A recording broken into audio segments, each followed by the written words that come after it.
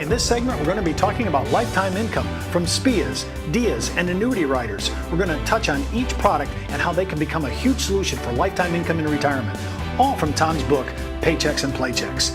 Tom, let's talk about some product here. You know, we've had you on many times, very conceptual. We're talking about philosophical issues, planning strategies.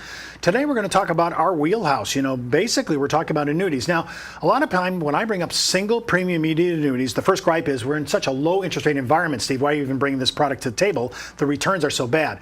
But in one of our other segments, we talked about how mortality credits can actually subsidize or support that, and that's why we're getting returns that seem to be unbelievable, even though our interest rate isn't that great. Talk about single premium immediate annuities, and where do you think they fit? Yeah, so the SPIA is the basic bread and butter product of retirement, and most retirees should have probably a SPIA, a lifetime income in their portfolio. Now, Moshe Milevsky's done the most work, and he says, you know, because it's based on age mainly. Age 70 and above, the evidence is overwhelming. You should probably have a SPIA, lifetime income annuity. It'll pay you the highest payout rate. And as I said in the earlier segment, it's not an interest rate play, it's a mortality credit rate play. And these are the highest mortality credits you're going to see, because as people live longer, the mortality credits are going to get cut in all of these products, not just SPIAs, but DIAs and all the other annuities we're going to talk. So I believe it's a mortality credit rate play. It's not an interest rate play. So I would not be intimidated by the low interest rate environment. In fact, the payout rates on these SPIAs, and you saw some were 9, 10, 11, 12, 13, 14%, are very attractive. The older you are, the higher that payout rate. And again, you're making the distinction between a payout rate and the actual interest rate credited to the product. Right. People say, what's my interest rate? I have a couple ways of answering. I say, well, what do you want it to be? Because, see, the client sets the interest rate on a SPIA or a DIA. The insurance company does not. The insurance company sets the payout rate. The client sets the interest rate by how long they live. The longer they live, the higher the interest rate. I can't tell you what your interest rate is till you tell me when you're going to die. But the other thing I say is it doesn't matter. See, when people ask what is the interest rate, they're thinking it's an investment, and they're trying to compare it to some other investment.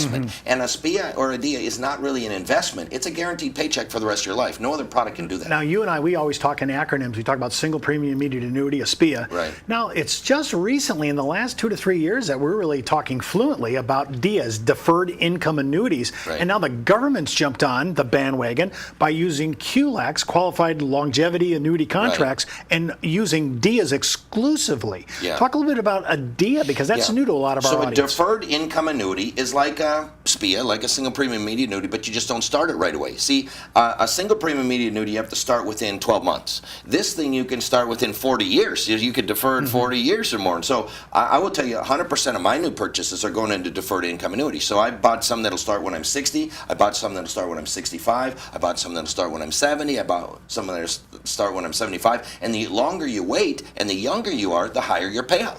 So you're laddering deferred income annuities. Yes, and I'm trying to buy, because my retirement, I figured this out, is all about income. It's not about assets. I don't care what my assets do. In retirement, it's all about income. So I'm trying to load up as much income as I can. And I do it with DIAs, and eventually when I get older, I'll buy SPIAs. Now, I've heard you talk about some riders that you really like. One of them, cost of living adjustment, or a COLA.